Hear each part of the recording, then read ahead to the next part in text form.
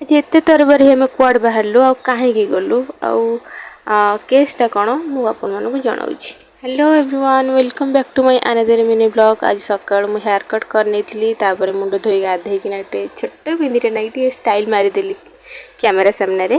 तापर रोसे करिया गली एते जोर खरा होउची एते गरम होउची रोसे करिया मन हेलानी से दही पखाल बिलाती बैगन गोटे भर्ता कलरा आलू भजा और लेंबू चकटा खाऊलु। घर फोन आसले कि जल्दी आस गोटे बड़ केसटे होती आज निहाती आसिया दरकार से आम बस रे बसिकी बाहरी पड़ू जगतसिंहपुर। जेहेतु आम जगतसिंहपुर बस मिल नाला तो मुझे या कहली जयपुर बस लेकिन पलैजा जिते जल्दी हो जा पहुँचार अच्छी आम आसिकिना भी फाइनाली पहुँच गलु। जेहेतु पछ सीट्रे बसलु मो झील खाली डरुला कहीं बसटा पछटा बहुत डेऊला ना गोटे मौसाटा कहले आगे जाए बसी पड़ी जाए पलि तो पलि आसलु। ये आम जयपुर छकरे ओह्ल पड़लु तापर ये अपेक्षा करूँ मो दियर आ मो पीसी गोटे बड़ पुआ से आसिकी आमको नेबे बोली। तो केसटा हूँ कि मोर जे जेजी शाशु सी बिछना धरी जाती देह जमा भी भल ना आम देखा कर